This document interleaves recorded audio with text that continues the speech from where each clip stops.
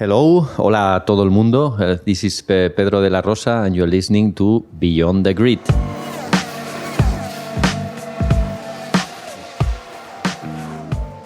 Hi everyone and welcome to Beyond the Grid with me, Tom Clarkson. Now the world is feeling like an unusual and worrying place for many of us at the minute.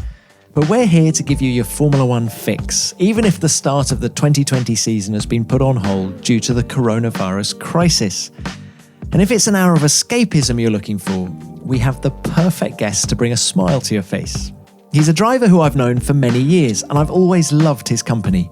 He made his Formula One debut with Arrows in 1999, scoring a World Championship point in his first race. And he went on to carve out a Grand Prix career of more than 100 races, driving for the likes of Jaguar, Sauber, and of course McLaren, for whom he claimed a podium at the 2006 Hungarian Grand Prix. But as well as being a very good race driver, this guy was renowned for being a brilliant test driver as well. He used to pound around the test tracks of Europe, mainly for McLaren and Ferrari, and he worked very closely with Lewis Hamilton and Fernando Alonso. I'm talking, of course, about the Spanish maestro, Pedro de la Rosa. A more articulate and informative voice on Formula One would be hard to find. Pedro drove for two of the sport's biggest teams, well, three if you include his time at Jaguar, which went on to become Red Bull Racing, and he has a sense of perspective that few people ever achieve. We caught up in his home city of Barcelona, back in those heady days when international travel was still possible, and it turned out to be one of our most enlightening podcasts to date. I hope you enjoy it. Pedro, welcome to the show. I feel like I've known you a long time, and it's just great to be sat opposite you here in Barcelona testing and just reflecting on things. Your birthday was recent as well, wasn't it? You don't look a day older than 21. Yeah, there's so many people say that, especially the Formula One teams that still have a desire to hiring me, but I just say no, I'm too old. I'm 49. I've been here for a long time, but it's just coming today here to the track, for example, and listening to the cars go through the main straight. I just think that I'm going to test. You know, time goes by, but you actually still think like a racing driver. Even now? Yeah, no, it still gets your heartbeat up yes. a notch or two, does it? That's amazing. I mean, what I like about Formula One or testing or racing is not actually going to the races or coming to the test by itself. I just like to go to the corners and watch the cars go by, because I see so many things. I understand so many things when I see a car close by, and also I enjoy it. While if I come here only to say hi to the friends and see the teams, everyone has a job, everyone is in a rush. I just don't like it at all. I just feel very frustrated to come to a racetrack if I don't have a job to do.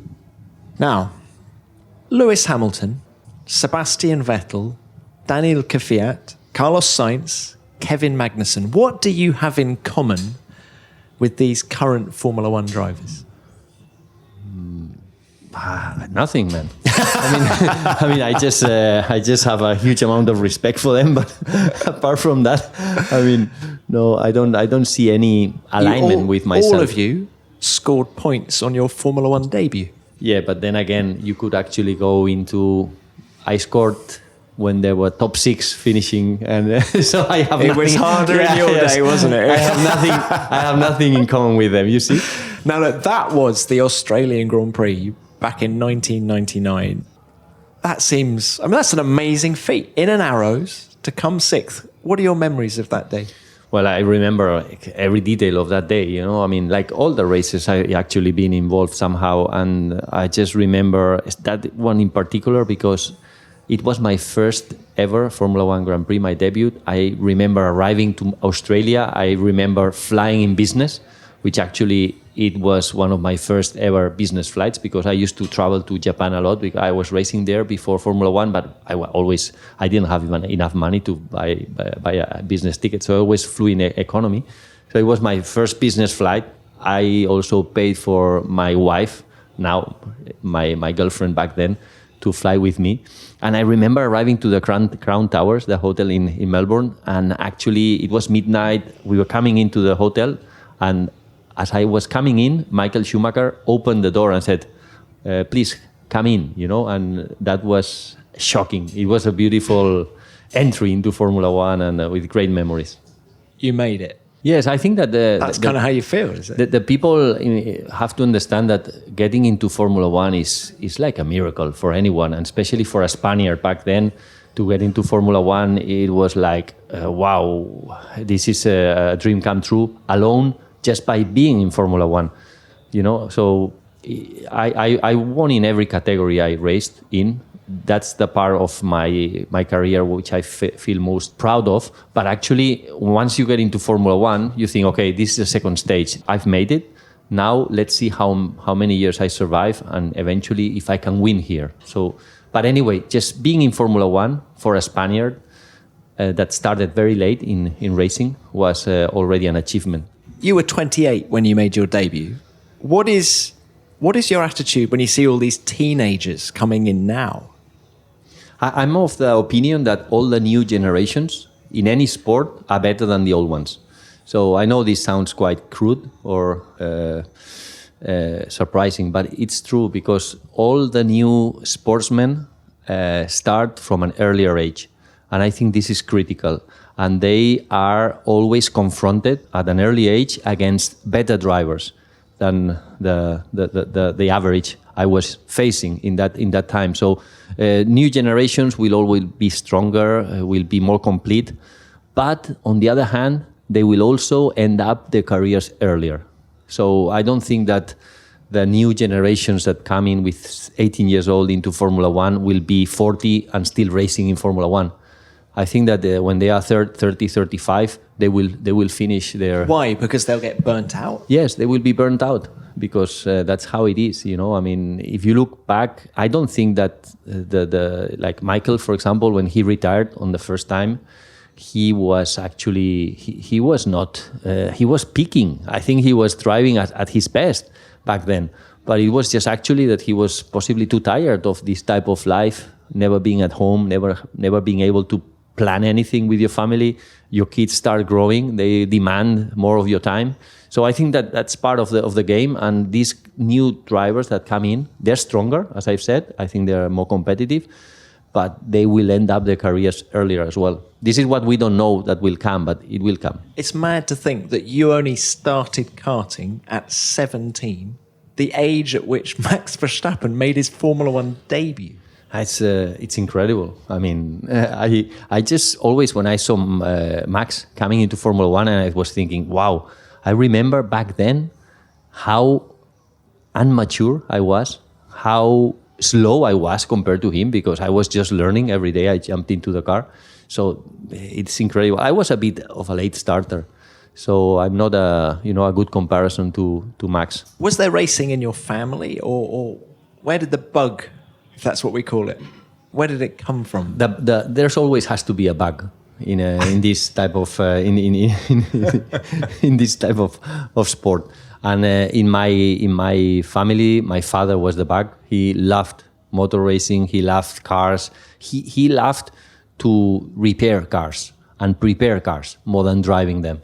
And that's where I was always, all the weekends I was with my father. He was repairing cars. I just always remember my father underneath a car, fixing it. And he just taught me everything, how to do it, how to drive. But it's quite a big step from being in the garage with your dad to saying, I want to be a racing driver, Dad. Oh, yes. And it's not that simple either. You know, in my case, I mean, because my father didn't want me to get involved in racing. He had a passion. I inherited that passion somehow, looking at his as an example. And then once I wanted to go racing, because I didn't want to, I've never been good with my hands repairing cars, or, you know, I mean, it's not my my strongest skill. So he said, forget it. You will not race, because he was afraid of anything happening to me. His brother had died in a road car accident.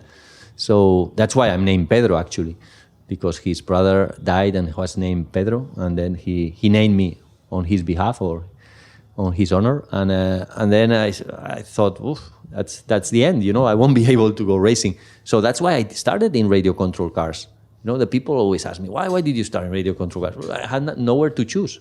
And were very successful racing radio control cars as well. And there's another man who was very good at it as well, was Lewis Hamilton. I mean, it sounds a ridiculous question, but did you learn things like racecraft with a remote control car? Or is that ridiculous? It is ridiculous, Okay, but actually, right. I mean, let's be realistic. I mean, the best thing is to learn from karting. You know, don't get me wrong. I didn't do radio control cars because I chose to do that. It was just, it was the only way of getting around the problem. So, but actually, it teaches you so many things. It teaches you how to set up a car. With dampers, with roll bars, with ride heights, with tires. You know, it's just so complex. It's and you learn how to be precise. Okay, so it did help massively. So you weren't karting, but it was all background knowledge that would help you in future years. Okay. Now, can we just talk a little bit more about Lewis? Because you worked with him when you were at McLaren, 7 years at McLaren. What were your impressions of Lewis Hamilton? Luis, my God. I mean, he's... Obviously, I developed a huge amount of respect about him. But actually, he was... When I was racing, I knew that he was my biggest danger, in the sense that I knew that I was going sooner or later to lose my race drive to him, because it was a matter of time. He was actually extremely talented. Honestly, I didn't know he was that talented. I knew that he was fast. But who is not fast? That that any driver that is approaching Formula One has won several championships in the in categories. You know that they are all good. But actually, when I met Luis, I thought, another youngster coming here, pushing hard. And then I knew Ron was just obviously very backing him up for a long time. He wanted him to get into his team. But I said to myself, well, let's try to be competitive ourselves. Let's not forget that we can still do it, and then see how Luis gets up in GP2 and in the future. This is 2006, yes. And you have taken over the race drive alongside Kimi Räikkönen when Juan Pablo Montoya moves to America. You've finished on the podium in Hungary, and did you fancy your chances of staying as a race driver at McLaren in 27 at that point? Look, I'll be honest. I mean, the problem we had that year is that Montoya leaves. So, I'm the obvious choice because I am the test driver. I had already done a good job the previous year replacing Montoya, Juan Pablo, in Bahrain. Oh, quick question. Did he really injure his shoulder? Was it on the tennis court? Is that what he claimed? Man, I tell you. What was the real story? The real story was that everyone was saying he broke his shoulder with riding a bike or whatever, but actually no one had any evidence of that. And he always promised to me it was playing tennis. The thing is that the funny story is that when this accident happened, whatever it was, Ron called me. And he said, "Are you prepared?" And I said, "About what, Ron?" And he said, "Because you might have to replace Juan Pablo for Bahrain." And I said, "Yeah, of course, that's my job to be prepared, And I said, "Why?" And Ron said, "Because Juan Pablo has a slight injury on his shoulder playing tennis." So I said, "Okay, Ron, don't worry, I'm ready." Blah blah blah. I mean, obviously, I was thinking, well, I'm ready. I hope that it's true that he's injured because it's an opportunity for me. And I hope that Alex Booth doesn't get the drive either because he was the reserve driver nominated, but he was too tall for that car. So immediately I called Juan Pablo and I said, "Juan Pablo, obviously we had a good relationship. He speaks Spanish. I mean, we speak." He said, "How are you, man? I mean, Ron just called me saying that you might have a slight injury." And he said, "No, Pedro, it's not a slight injury. I'm fucked." So when he said that, I said, "Okay, have a good recovery." And I just slammed the phone, and I was and got in the gym. And I was like, I was nervous. I was really nervous. Just the opportunity I have been waiting all my life is suddenly there. By a phone call. 2 phone calls actually. So that was how I got into the Bahrain. But it was not until Wednesday when I got the confirmation from McLaren that Juan Pablo was not fit to race, the Wednesday before the race. And I knew from 1 week ago that Juan Pablo, there was no way on earth that he could even walk. You know, But were you in Bahrain? I was flying to Bahrain as a reserve driver, Right. and I remember flying from Europe to Dubai, arriving there, and when I was changing plane, Martin Whitmarsh called me to say you will drive instead of Juan Pablo, and I sounded like, oh really? That's really good news, and I already knew everything because I had all the information. I had the information Juan Pablo couldn't. Isn't it funny how these teams operate? Well, it was the official channels, because also they had the contractual issue with Alex. I think that he had to be the one, but Alex could not fit in the car. So I was the last one to know. But actually, because of my relationship with Alex and with Juan Pablo, I knew from a long time ago that I was the man. So at least you could prepare and you knew what was going to happen. And actually, just let's talk about that race then. Bahrain 2005, because I think you got fastest lap and finished 5th. Is that right? Yeah. Amazing race. You were the story of the race, if I remember, just, charging through the field. Where did you qualify? I qualified, I guess I was 8th or 9th, but I qualified in front of Kimi. Don't forget that it was the qualifying system where you qualified on Saturday. I had no points. I had not finished the race before because it was my first race. So I had to open the track. I was the first guy out with a green track in Bahrain. That penalized me massively. Then on Sunday I qualified much better because I had a cleaner track or green, more rubber in. And that was that. I qualified well given the conditions, and then I raced fast, but not consistently in a way, because I many times brake too late. I flat spotted the tire. I still have the fastest lap. It was exhilarating the lap record. I still own that lap record. Now? I mean, obviously it's within a few weeks that it will be beaten because these cars are massively fast. Yeah. But anyway, it was fun. It was fun, and it just proved to the world in a way, and to myself to an extent, that if you have the right team, the right car, the right timing, you can win, as long as you believe in yourself. And that was the clear example, because people thought I was never going to be able to be competitive in Formula One. We'll hear more from Pedro in just a minute. But first this, if Harry's is a brand that you've heard lots about, its products being able to give you an amazing shave with blades that will cost you half the price of the leading 5-blade brands, but you aren't sure how or why this is the case, then let me fill you in. Jeff and Andy are the founders of Harry's, two ordinary guys who are fed up with overpriced razors, like many of us, I'm sure. And so they set out to try and change things. They knew that the best way to ensure the quality of their blades was to buy their own factory. And by setting up the company online, cutting out the middleman and essentially taking less profit, Harry's are able to provide great quality products for a fair price. But don't just take my word for it.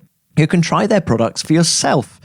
Get your hands on one of their trial sets for just £3.95 by visiting harrys.com/grid. Harry's make their products from the finest materials and ingredients to ensure that you get the smoothest shave possible. And if you're a long-time listener to Beyond the Grid, then you'll know that I've got one of these sets, and it's a fantastic piece of kit that I always take with me on my travels. And if you haven't tried them yet, it couldn't be easier to get started. Just enter your details online, and you'll get a package delivered to your door with everything that you need to get going, which includes a weighted ergonomic handle ensuring maximum comfort and grip while you shave, and it really does make a difference. There'll be 5 precision-engineered blades with a lubricating strip and a trimmer blade. And you'll also get a rich, lathering shave gel to keep your skin in top-notch condition and a handy little travel blade cover to protect your kit. Superb quality, and you still get change from a £5. So get started shaving with Harry's today by claiming your trial set for just £3.95. Support our podcast and get your trial set delivered to you, including a razor handle, 5-blade cartridge, foaming shave gel, and a travel blade cover by going to harrys.com/grid. That's harrys.com/grid. Right, let's get back to our chat with Pedro. And then let's fast forward to 26. Yes. You've got the drive after Montoya has gone to America. You've got that podium, as I said earlier. How confident were you of racing in 2007 for the team? No, At that point, mid-2006. I was not confident at all. I mean, because of this man, Lewis Hamilton. yeah, this little man that was flying. But I tell you why I realized that it was not possible, and why more importantly, I was not disappointed, because I was never disappointed that Lewis got the drive, because I was disappointed with McLaren at one point, that when as I was saying, when Juan Pablo left, that I was given the chance at the French Grand Prix and then the German Grand Prix and then but every race was like a passport of, they stamped the visa and, okay, you can race in the next race, you can race. And then suddenly Luis was GP2 champion, and then it was like, well, we are not sure for the next race.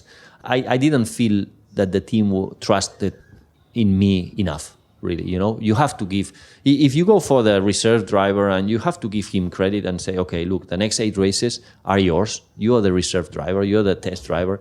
You know the car better than anyone. But, I was on the podium as well, but they never did that. They always, okay, next race, until the end of the season. And that was, I thought it was bad for myself, but especially for the team, because there were situations where I was under a lot of pressure.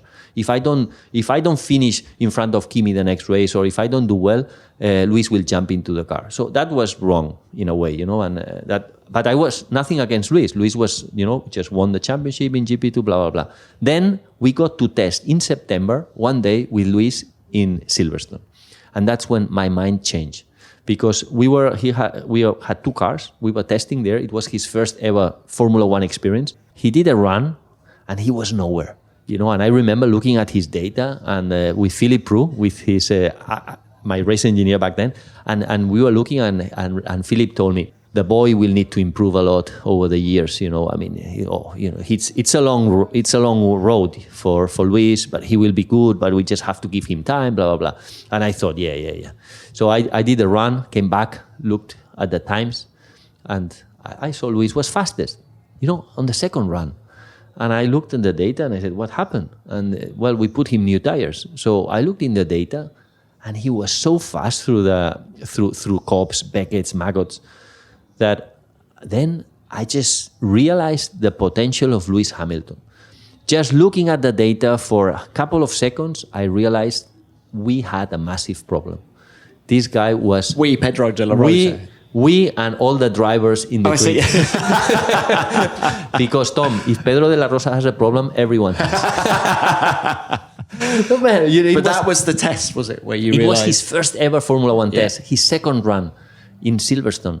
And I realized this guy is very, very fast. I mean, I've seen a lot of drivers in my life. I've been with very good drivers, I would say, and I feel very honored of that. But when I saw Luis, I thought, wow, this is very special. And then when the season was over, I knew that Luis would be in the race car. I knew that Fernando was signed. And I was happy with that, because I said to myself, if I was on Ron's feet or Martin Whitmar's feet, I would take the same decision. Because Luis is incredibly fast, and Fernando, we all know he's mega. Did you expect it to blow up in 2007 in the way that it did between Alonso and Hamilton? And do you think Fernando underestimated Lewis Hamilton? I think that, I was surprised of how it all exploded, unfortunately, because if we look back, that driver pairing is possibly the strongest there's ever been. Ever. I mean, Senna Prost. Yes. Better than that. Yeah, and it goes back to your original question. I always think that the new generations are stronger. So it's nothing against Senna or Prost. They're my heroes, I'm forever heroes.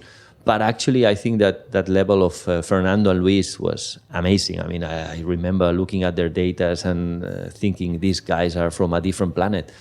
And still, but I was not expecting for the relationship to explode. It was a shame, Tom, because those 2 guys, they would have brought so many championships to McLaren. Now, I know people talk about Hungary 2007, but was just on track talking about 2 racing drivers, was there a moment where you felt, that's where it went wrong between the 2 of them? Or do you actually think the respect between them remained for the whole season? They always respected each other massively at the track, because they knew how good the other was. Although they never said publicly, they had a lot of respect for each other. And there was nothing wrong ever done at the racetrack between them. It was always a strong fight, but fair. There was nothing, no pushing or just breaking the front wing or, nothing. There was just a fair, two gladiators fighting bravely at the racetrack. So I have no bad memories about that. So Who was quicker? they were both massive. They were different drivers, but both were massively fast, talented. And then I think Luis learned a lot from Fernando over that year. He did a master class of how to be consistent at the race and how to take care of the car, not only the tires. And that's when Fernando also started to feel that telemetry, the data, was working on Luis' favor. And then he started not driving like he should on free practice, and then suddenly in qualifying he was massively fast. So anyway, there was a lot of games playing between these two super gladiators. Do you think Ron Dennis mismanaged the situation between them? I mean, obviously there's Spygate as well, and for people who aren't aware of that, it was... Man, it was a terrifying year, actually, when I look back. But just to when explain... things went wrong, it was well before the Spygate, because people think the Spygate, the Spygate was the top of the iceberg. I mean, there had been since Monaco. I remember Fernando won in Monaco fair and square, and in the last 20 laps of the race, he was managing the caliper temperatures of the car, because we had an issue, and most teams had in that era in Monaco at low speed corners where it was difficult to cool down the calipers. He was leading, and he was just managing the situation, cooling the calipers. You could see on the data that he was cruising. And when I say cruising, it was incredible how early he was braking on every braking point. And, and Luis was catching him massively quickly.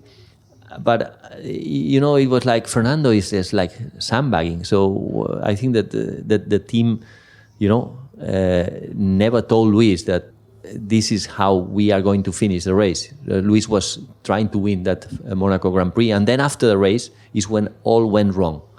Because Fernando was told that that race should have been won by Luis. Who told him that? Someone in the team. And then... management? Yeah. Right, okay. And... I think we know who. Do you mean Ron Dennis? He was not told in that way, but he was kind of... They suggested that, that the boy was quicker than him, basically. And then that pissed Fernando off massively, because if you look at the data, if you understand about racing, you know that Fernando could have been 2 seconds a lap quicker. But Fernando he is a massively clever driver, astute, I would say, and he knew exactly how to win without, compromising the calipers, the brakes, the engine at any point. So I think that was the beginning of the end, unfortunately, because he realized that they didn't understand what he was doing, that how cleverly he was driving. And after that, everything was wrong. And Luis was massively quick and driving and improving and getting stronger. And Fernando realized that, wow, Houston, we have a problem. This guy is quicker than I expected, And then the whole Spygate thing happened. And for people who don't know what that is, McLaren had the book thrown at them after chief designer Mike Coughlin was caught photocopying copies of that year's Ferrari. How do you reflect on all of that now? That was... my God, it's more than 10 years ago. That was, but still I wake up some nights, with a cold sweat, because I still don't understand why we were fined 100 million, honestly. I mean, there was this theory that we had we were engineering a copy department of Ferrari, or that we were engineering a way into Ferrari or trying to get information from Ferrari. There was nothing of that. We were a racing team that, as with any other competitor, we're trying to find information from them, which everyone does in Formula One.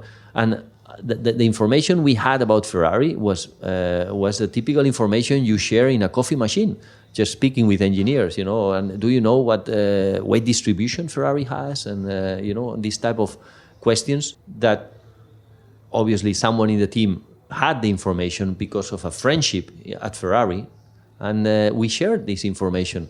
Did we change anything of our development, of our testing program, of our nothing? Nothing changed.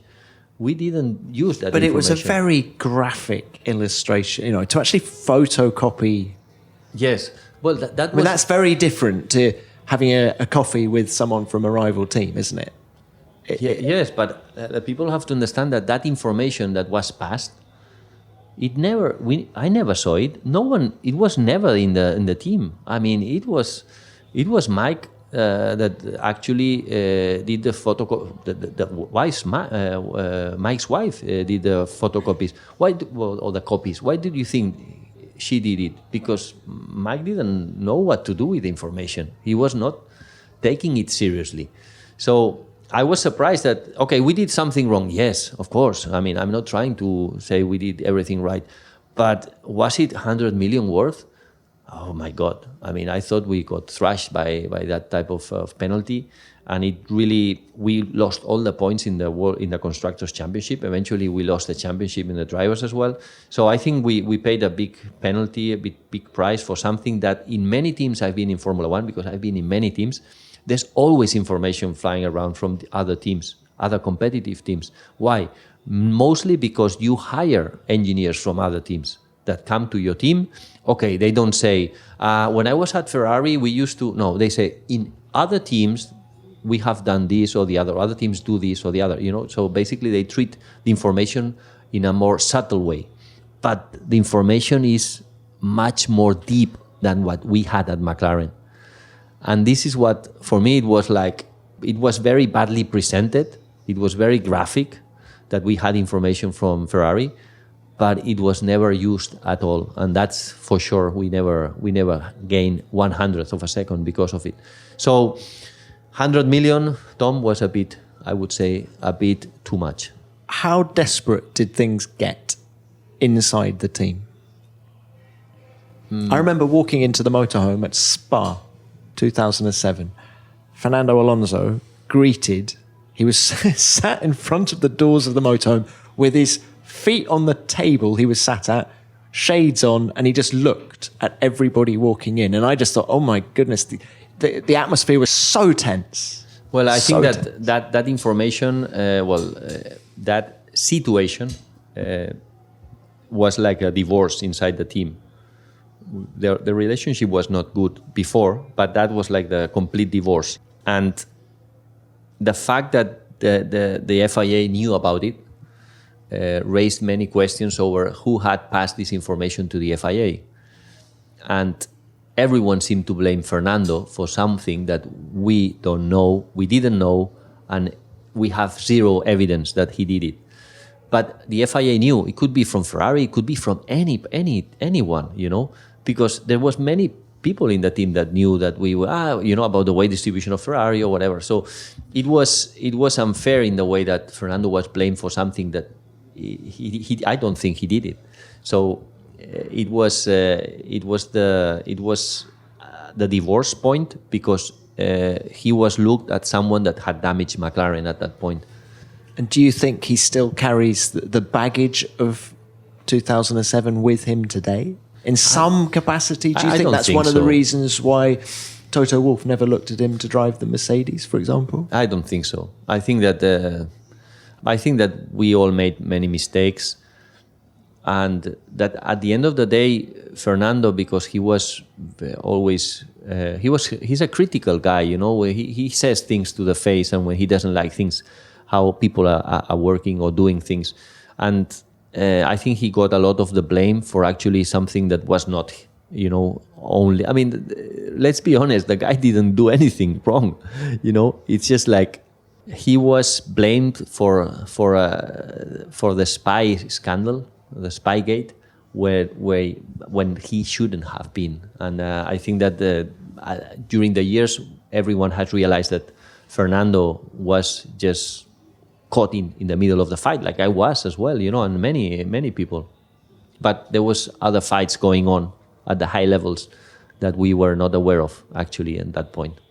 Now, this era that we're talking about was a fantastic era of Formula One, wasn't it? And as test driver at McLaren, can you just describe what it was like and how intense the testing programs were, and even describe a typical week? How many test teams did you have running at that time?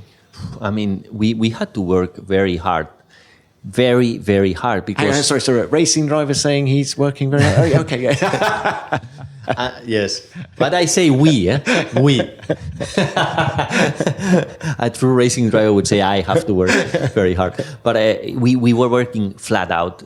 From the moment the Sunday, the flag went down, there was the test team already building the tent in Jerez or in Valencia, in Monza, in Barcelona, wherever, in Paul Ricard as well. And all teams had two car test team. Myself and Alex Wurth did a lot of the work. And every day was like a marathon. It was just testing parts. Tire war was also happening between Michelin and Bridgestone. So we were testing. One car was mainly tire testing. The other one was testing new parts. So we were having fun, massive fun. I mean, it was. And then you had to go to the team and do all the correlation work on the simulator. So it was the era where being a test driver was fantastic. You were learning, you were inventing, you were creating, and you were very fit. So that's why when I jumped into the car, I was confident that I could do the job. How many kilometers were you doing a year? I mean, I never counted, but there were seasons where I was doing over 48 days of testing. 48 days of testing alone, and it was a lot. It's just 2 days a week. So it was fun. It was real fun. It was the great time of Formula One. Each test session was like a Grand Prix. Now, when you first joined McLaren, there was the MP4 18A, the car that never raced but was meant to be brilliant in so many ways. Tell us about that car. Well, that car was one of the reasons why I grew at McLaren, actually, and I eventually got Alex Sproul. I hope Alex is not listening to this podcast. I'm sure he will. But the reason why I managed to survive at McLaren and actually get the respect of all the engineers was because no driver, let's say David Coulthard back then, or Kimi or Alex, wanted to drive the MP418 because it was dangerous. That is the reality. Every time they drove the car, they had a shunt. Alex was the first guy driving that car, and he destroyed the car in turn 4 at Jerez, a massive shunt. And then Kimi drove it in Barcelona, and he lost the rear upright coming on the last corner, and he kissed the pit wall quite heavily. So everyone that jumped into the car had a problem. So eventually they looked at me and said, Pedro, would you like to drive? And I said, yes, of course, because I just thought it's the only way of actually having a chance here, So that's how I ended up. Everyone started respecting me because I had more testing, more test days under my belt. But that car was dangerous, for sure. I took a chance, I had to. Did it break on you? Oh, many times. Right. I mean, when it was not the chassis, it was the engine that seized at one point. My last lap on the MP418 was at Jerez, turn 8, and I was on the gravel because the car, I was flat out at 250 kph, and the engine just seized from nothing, and anti-stall didn't even kick in. So I was that was the last one, but there were many others. I mean, but don't think that is uncommon. I mean, test drivers back then, we had to do a lot of the donkey work. And I've had other shunts or near shunts that no one ever knew about, that I feel very lucky to be here with you today. Wow. From that era, same era. Yes. Wow. Now, listeners, BOTB, or the best of the best, is a name you might already be familiar with. They are the original winner car competition company. They've been operating since 1999, and with 20 years worth of winners, there's been an incredible £31 million worth of cars given away to more than 500 lucky players. And you could be a lucky player too. All it takes is a little skill. Remember those old spot the ball games you used to get in the paper back in the 80s and 90s? Well, it's been updated for the digital age, and that's the game of skill you'll be playing online for your chance to win. Just pick your dream car, lay out your coordinates for the placement of the ball, and a team of expert judges will take care of the rest. It's simple to enter on the BOTB website, and once you're there, you'll find there's a choice of 180 cars, including Porsche, Mercedes, Aston Martin, BMW, Range Rover, Volkswagen, McLaren, Tesla, and many more. So you can let your wildest dreams dictate as you select the dream car at the top of your fantasy list. Tickets to enter the competition range from 85 pence up to £7, depending on the value of the car. For example, a ticket to win a Mini Cooper S is £1, whereas a ticket to win a Porsche 911 Carrera is £3.95. There's a winner every week guaranteed. Insurance for the first year is included. Plus, you can also win 20 grand in cash to go alongside your dream car. Competitions run from midnight Sunday to midnight Sunday, 52 weeks a year. And bear in mind that you have to be over 16 to enter, but the competition is worldwide and easily entered online from wherever you are. You could be next week's dream car winner. Enter now at botb.com/grid. That's botb.com/grid for your chance to win the car of your dreams. Right, let's get back to Pedro. Now, look, on the current grid, I want to talk about some more racing drivers. You raced against Vettel, Hamilton, Grosjean, and Raikkonen. You also raced against Christian Horner in Formula 3. Yes. Yes. Was he quick? He was quick, yes. Really? He was, I must say, he was quick in Formula Renault. He was quick in Did you Formula race him in Renault. Renault He as was well? with Manor Motorsport. Yeah, John Booth. Yeah, John Booth. Yeah, he had a very good car, I would say. And then in Formula 3, he was never that quick. I mean, not as quick as he had been in Formula Renault. In Formula Renault, I think he won one race in Pembrey. He was always a contender.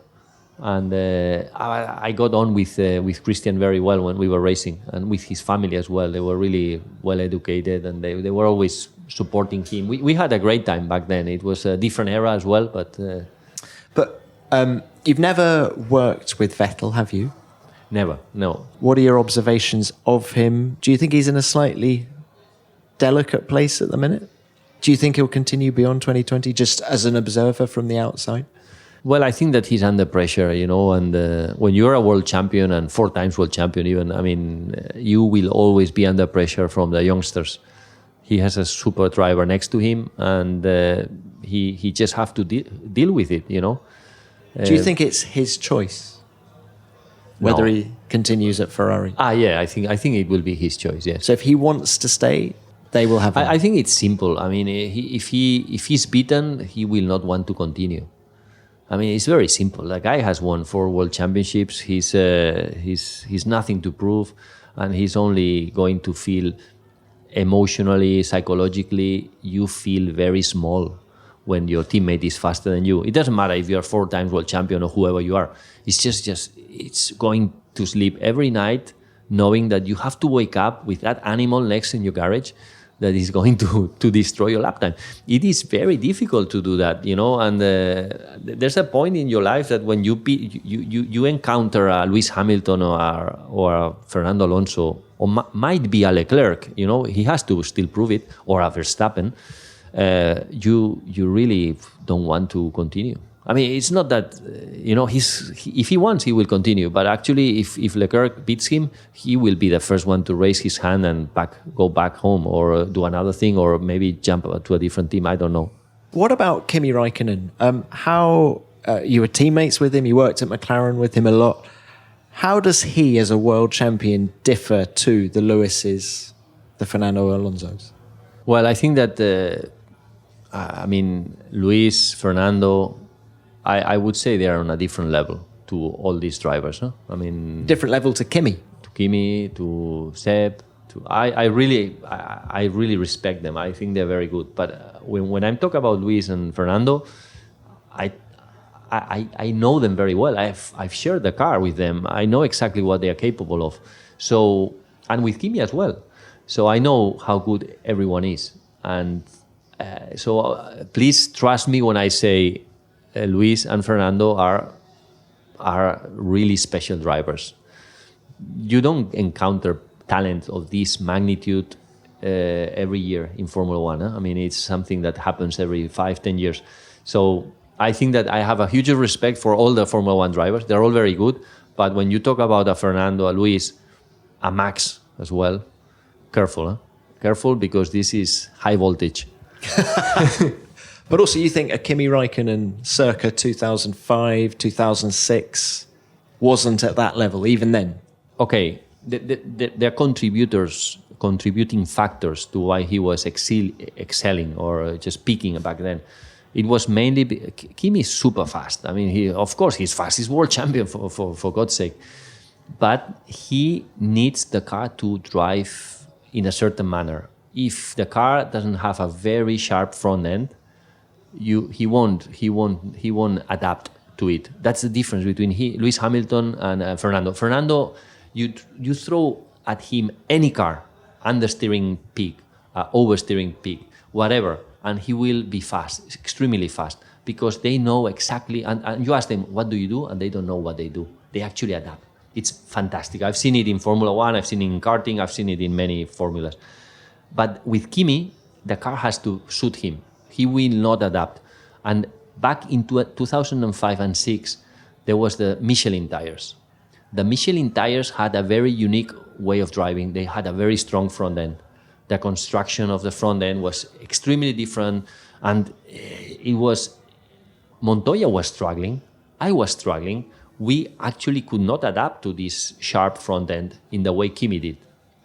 And that's why he was super fast. But then he went to Ferrari. Remember, he moved to Bridgestone.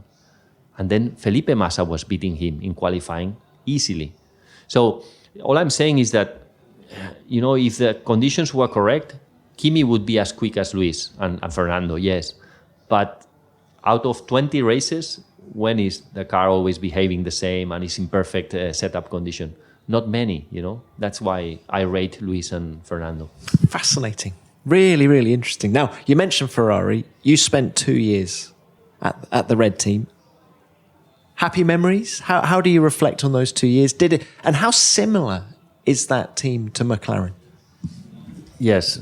Look, I look back and I understand that at McLaren, it didn't go well. First, that I left the team to go to HRT in 2012. Because I still remember the day I told Ron I was leaving to HRT. What did you because say? I had a contract. I was happy at McLaren. I'm so grateful of McLaren. I mean, it's my team. It's in my heart, and I will always be a McLaren fan. I was a Senna fan when he was at McLaren. It's a dream come true to have been working with these great people and team. Fantastic. But there's a point in your life that you want to go racing. And this is something that Ron never understood. So I remember Can we do a role play? Okay, I'm you and you're Ron. Okay, yes. So I've just come into your office, and I, Pedro, say, Ron. Okay, it's China. It's one of the last Grand Prix of the season, and you are telling Ron, me, that you're leaving to HRT. So it's very important to say HRT. Okay, Ron. Have you got 5 minutes? I've thought about this long and hard, and I want to race for HRT next season. Okay. He would then suddenly he stops looking at my eyes, and he says, HRC? I said, no, that's Honda Racing Corporation. No, HRT. Whatever the name is, you must be fucking nuts. And he left. Is that what he said? Yes. So was that the end of the conversation? That was the end of the conversation. There was not much. But Ron, you must understand, he just banged the door and left. And why did you do that? Why I? Because you wanted to race. Are you with Ron? No, I can pronounce HRT. Because I am a racing driver. I was a racing driver, and I will die being a racing driver. So it was a really interesting project. It was a Spanish Formula One project, very modest. I was going to lose money, clearly. I was possibly going to lose my career at McLaren. Money, I did. But lose money as in get paid less, or Yes. did you invest in the team and lose? No, I didn't invest, Okay. but I invest my future basically, you Yeah. know, and my career. I signed for less, going there. Yes, I signed for less years. Yes. Did I ever come back to McLaren? No. So basically, that was a gamble that it didn't work out. But looking back, I would have done the same because I got to go back racing. I wanted Spain to have a Formula One team.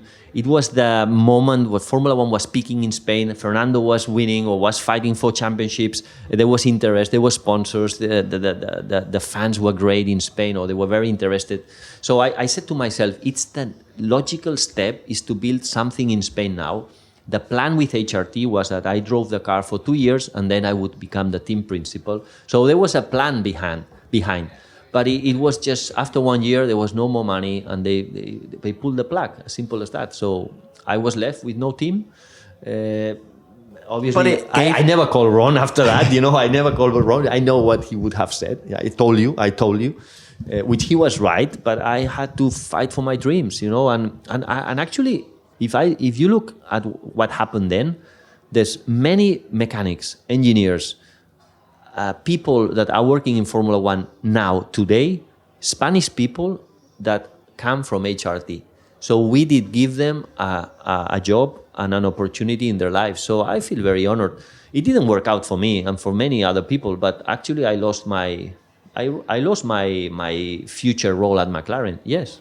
But it did open up an opportunity at Ferrari, if we're looking at the positives. Yes, which was surprising. Because when I finished at HRT, I thought, well, that's it, you know, now let's see what I can do. And then suddenly I got the call from Stefano Domenicali, a fantastic guy. And I got a text message and Stefano, I said, Stefano? It can be. And then I phoned him and he wanted to have a chat with me. So I went to Maranello. We discussed Formula One. They were interested in my services as a test driver. And obviously I was more than interested in joining Ferrari, but which driver isn't, you know? Was my heart at Ferrari? No. Am I a McLaren fan, a McLaren person? Yes, but it's like when you play for Barcelona, you know, in a football team, or Manchester United, there's a point that if Real Madrid come along and it's the end of your career and you've never experienced playing for Real Madrid, you would go for it. So I already had blown my chances at McLaren, let's be honest. So it was a fantastic experience. I'm very, very proud of having ended up my career at Ferrari. How different is that place? Oh, it was night and day.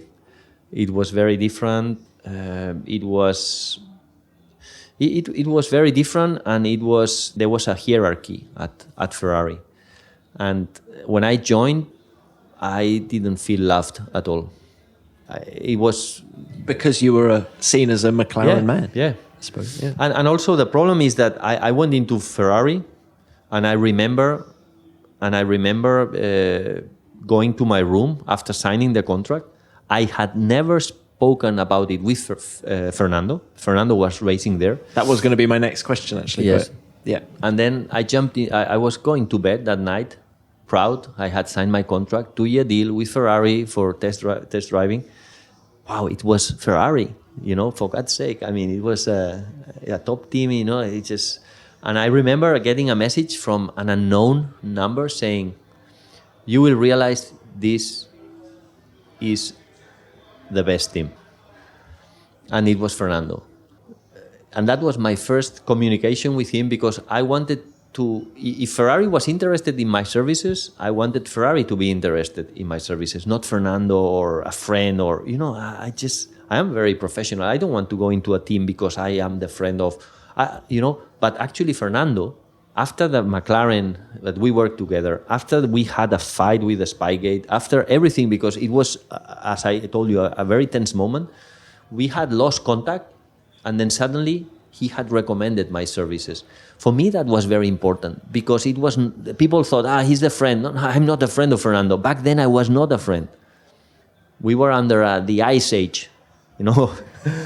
So I went in there, and but I was seen as a friend of Fernando. And this was why I didn't feel loved, you know, because there were other drivers wanting that role that they had been working very hard to get it, and then suddenly I arrived from McLaren, seemed like McLaren competitor joining. It must have been fascinating to see the competitor, if you like. All those years at McLaren, Ferrari had been the main opposition, and to suddenly see them from the inside, what struck you about them? And you thought, oh my goodness, I can't believe we won those races. Or were you thinking, no, McLaren actually have the better resources? Can we compare and contrast? Yes, when I joined Ferrari, I was a bit shocked about the lack of resources that it had compared to McLaren. In what areas? Well, the simulator was very weak. The team itself was not well structured, in the sense that you had the wind tunnel far away, you had the design office in a different building. It was all scattered around in Maranello, and that, to my eyes, was wrong, and just was not the right environment to produce winning cars. I came from McLaren. Everyone, you knew exactly with who was dealing with, who was the director of each department. So you knew exactly who to talk with, who was the decision makers, and how you had to deal with a problem. Or in Ferrari, I didn't really know who was dealing with what. But I think that this structure of team completely scattered around in a town is not the right way, or was not the right way. Now they have a new office and centralized everything. It looks much more logical. But I just didn't see the resources that I saw at McLaren back then. And how emotional was it for you when I think it was Jerez, wasn't it, when you first tested the car? Was it Jerez? Yes, it was Jerez, actually. How emotional was that? It was fantastic to drive the Ferrari. I was very nervous, I must say, and it was a... Hang on, nervous after 107 Grand Prix and years of test driving and however many thousand kilometers, you were still nervous? I've always been nervous. Not nervous, excited, maybe is the right translation to Spanish. Excited, but when you feel the stomach is different, no? I mean, there's something going on. But in the same way, when I drove the HRT the first day, I was not any more nervous because it was Ferrari. This must be clear. It's just that I always, whenever I drove a Formula One car, I just felt something special. And when I drove the Ferrari as well, because it was a beautiful car. I mean, when you jump into a red Ferrari, a Formula One car, it was special. And it was a very difficult debut because the car caught fire on the second lap, So it was incredible what happened. Now, look, a couple of other questions about your career. You were Jos Verstappen's teammate at Arrows. Do you see a lot of Jos in Max? Yes. I mean, I must say that I see a lot of his. Jos was extremely aggressive in racing. Maybe, and I think that Max has that aggression, has inherited that aggression. He's even quicker than his father. But let's not underestimate Jos, how fast he was, because people tend to think that it's the father. The father was also a Formula One driver. He was very quick. Remember Jos? I mean, Jos was just the boss. And Jos the boss, yes. Yeah, absolutely, yeah. He was flying in Formula 3. He won the Masters in Zandvoort back then with Van Amersdorf, I think. It was a fantastic driver. He was a fantastic driver, and Max is just one step or two steps better than him. With the same aggression? Did you meet Max back then when he was one or whatever? I remember one time when I was having dinner. I mean, Jos was my teammate. We always got on very well, no matter what people said. I always rated Jos as a very genuine guy. We always had a very open conversations with him. I love Dutch people because they are very honest. Sometimes you don't like what they say, but they normally are quite harsh how they say things, but they are really, in a competitive environment, that's what you need.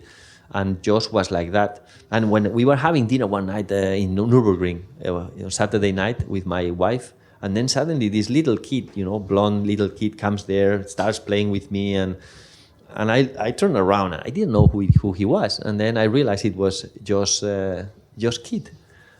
And then Jos said to him, "Max, let Pedro alone. Don't bother him, you know. And then little Max left the table.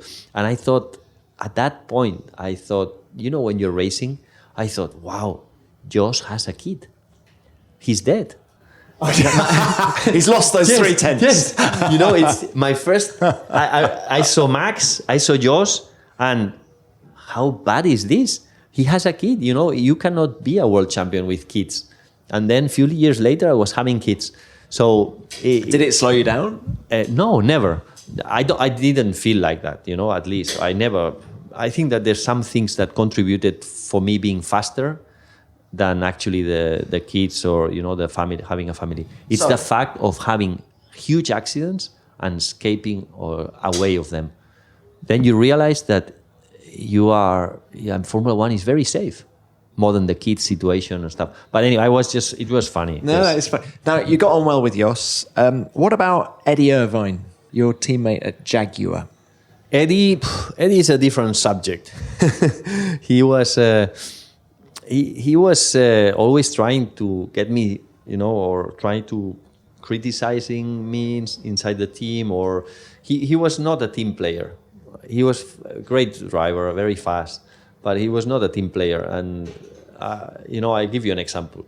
Brazil, okay? 2001, I was having a very good weekend. In FP3, I was flying. I was in the top 10, and he was nowhere. So then I take a nap, 20 minutes nap before jumping into quali. So I'm just sleeping, wake up, and I go to my garage, just 10 minutes to go in qualifying, just make sure that car is all right. And I just see my car completely in pieces, Eddie's car completely in pieces. And I ask Nicky Lauda, you know, he was the team principal. I said, Nicky, what's going on, man? And he says, well, we have decided to change engines, you know, in Nicky's way. I said, what do you mean change engines? He said, yes. Eddie said your engine was better than his, so we are putting your Eddie's engine in your car, and we're swapping engines basically because we need to know if he's right or not. And hey, it's qualifying, it's Brazil, it's a Grand Prix, it's not testing, you know, what are you playing here? Anyway, I was pissed off, and then what were we trying? What were we fighting against us? I mean, we were nowhere anyway. We had to win races with the Jaguar, and we were not even close. So anyway, I jumped into qualifying, pissed off like hell, and I out-qualified Eddie again with his engine. It was not the engine. Eddie was having a bad weekend, full stop. I don't know if the car was wrong or whatever. I don't care. I mean, I was quicker than him in that event.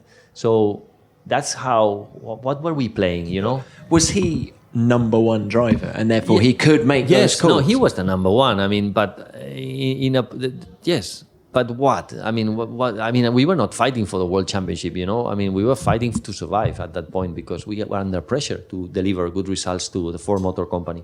So anyway, that's that type of thing that can kill a relationship in a team, and actually that killed my relationship with Eddie. My respect will always remain, but we were doing stupid things between us, and I also was then treating him badly in a sense in qualifying, for example. You know, if he was coming on a flying lap, I moved out of the way, but just giving him the right space without giving him 1 inch more than he should. And Nicky always told me, he said, "You are doing bad." He said, "You have to treat your teammate better than any other." And I said, "Nicky, I'm treating him exactly the same as any other." He said, "That's wrong." And Nicky was right. But then I said, "Yeah, but you remember Brazil? You remember so many other times that I have been treated very badly by him." So the relationship was not great either. Anyway, what about the relationship with Nicky then? With Nicky, I mean, I must say I had a fantastic relationship with Nicky, very straightforward guy. But then he fired me. You still had a year to go on your contract? Yes, I had 1 year, and Nicky fired me, like simple as that. You know, I didn't like the fact that I don't mind getting fired. This is Formula One. We know how it works. But it was actually the fact that he never told me And I was his friend in a way. I had huge respect. When you work with one of your heroes, and he's a straightforward, and he's always saying, "I'm gonna have this straightforward approach." Then he told my manager that I was fired. He didn't say it directly to me, and I said, "Nicky, I called you a few days ago to ask you. You said there was no problem with my contract. Now there is." So I felt very. I let down in a way. So I wanted to kill Nicky, that's simple. And so a good relationship turned into a disaster for a couple of years. But then the relationship again grew strong, because one time he said to me, "Pedro, I fired you, but I made a mistake. I shouldn't have fired you, and I apologize." And he said that in a dining table in front of Norbert Hogg, of Ron Dennis. And so for me, that was, in a way, I didn't need to be said on a dining table. If he had told me over the phone, that would have been nice. But I thought, wow, but he's a man he has a strong personality to actually admit mistakes. And after that, our relationship got on fantastically well again, to an extent that, well, I mean, I was so sad when he passed away, and I remain being an extremely good friend. I love his Matthias and Lucas, Marlene. I mean, I still have a very good relationship. They live in Spain, so I get to see them quite often. Do you think Nicky was the one calling the shots, or do you think it was people over in Detroit at the Ford Motor Company? I never asked him, but I have to say, knowing Nicky, that he wanted to steer the ship. I mean, he was not the kind of guy that was told what to do. I think that it was Nicky that actually did what he thought it was correct, and that was firing me, and that's life. And are you surprised that team morphed so successfully into Red Bull Racing? Because It didn't work, let's face it. Jaguar didn't work, did it? And what needed to change in order to... That's a good question. Because people, I always remind people that Red Bull Racing is now what Paul Stewart Racing was, and then Jaguar Racing was. And the reason why it has been so successful in the past decade, it's because basically the amount of investment that has gone in is incredible. But when I was at Jaguar Racing, there was no wind tunnel. They were using the Swift wind tunnel in the States. I mean, we had no simulator, we have no resources whatsoever compared to what nowadays Red Bull is, or any competitive team. Even Minardi back then had a wind tunnel. So you asked me what we did wrong. Many things. First thing is to paint the cars green when there was no tools in the factory to make the car go faster. This is the biggest mistake the team did, and that was simple. We were going too fast, but too slow at the track. You just need to invest in Formula One. There's no magic. Well, that was a sad time, but I just want to end.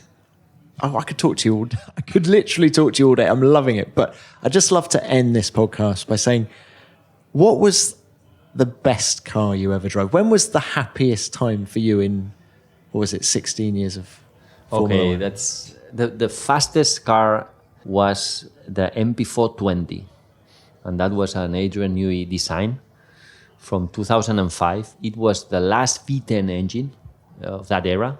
Beautiful engine, 930 horsepower, beautiful sound.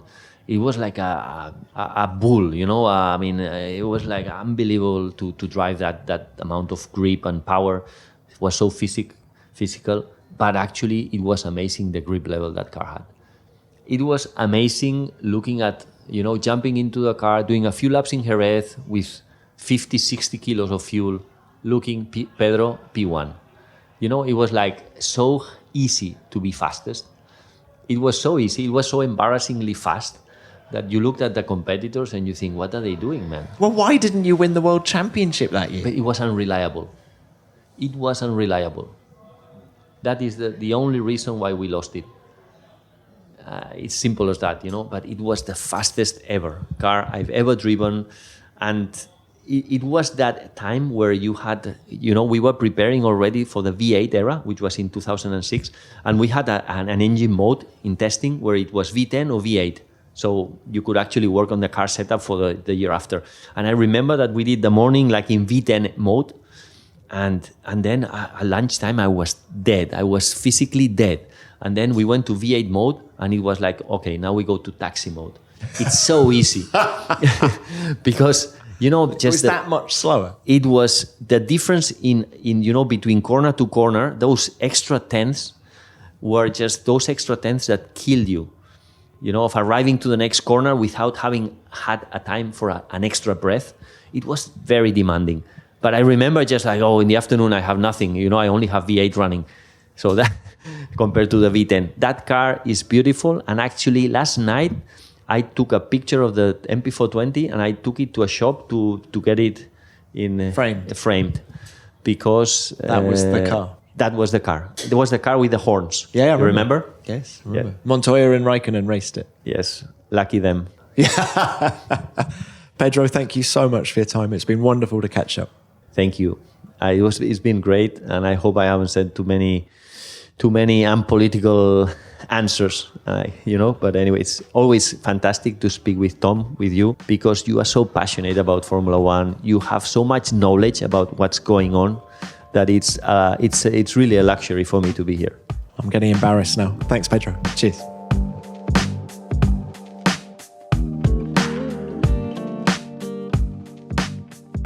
What's there not to like about Senor de la Rosa? He's such an interesting guy, and at various points in that conversation, he had me hanging off his every word.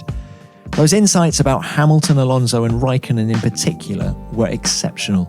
Pedro, thanks for your time. As ever, it was great to see you. Well, that's it for this week. I really hope you enjoyed the show, and if you haven't yet subscribed to Beyond the Grid, we're on Apple, Spotify, and all of your favourite podcast apps. And subscribing is the best way to ensure you never miss us. We'll be back next week with another huge guest from the world of Formula One.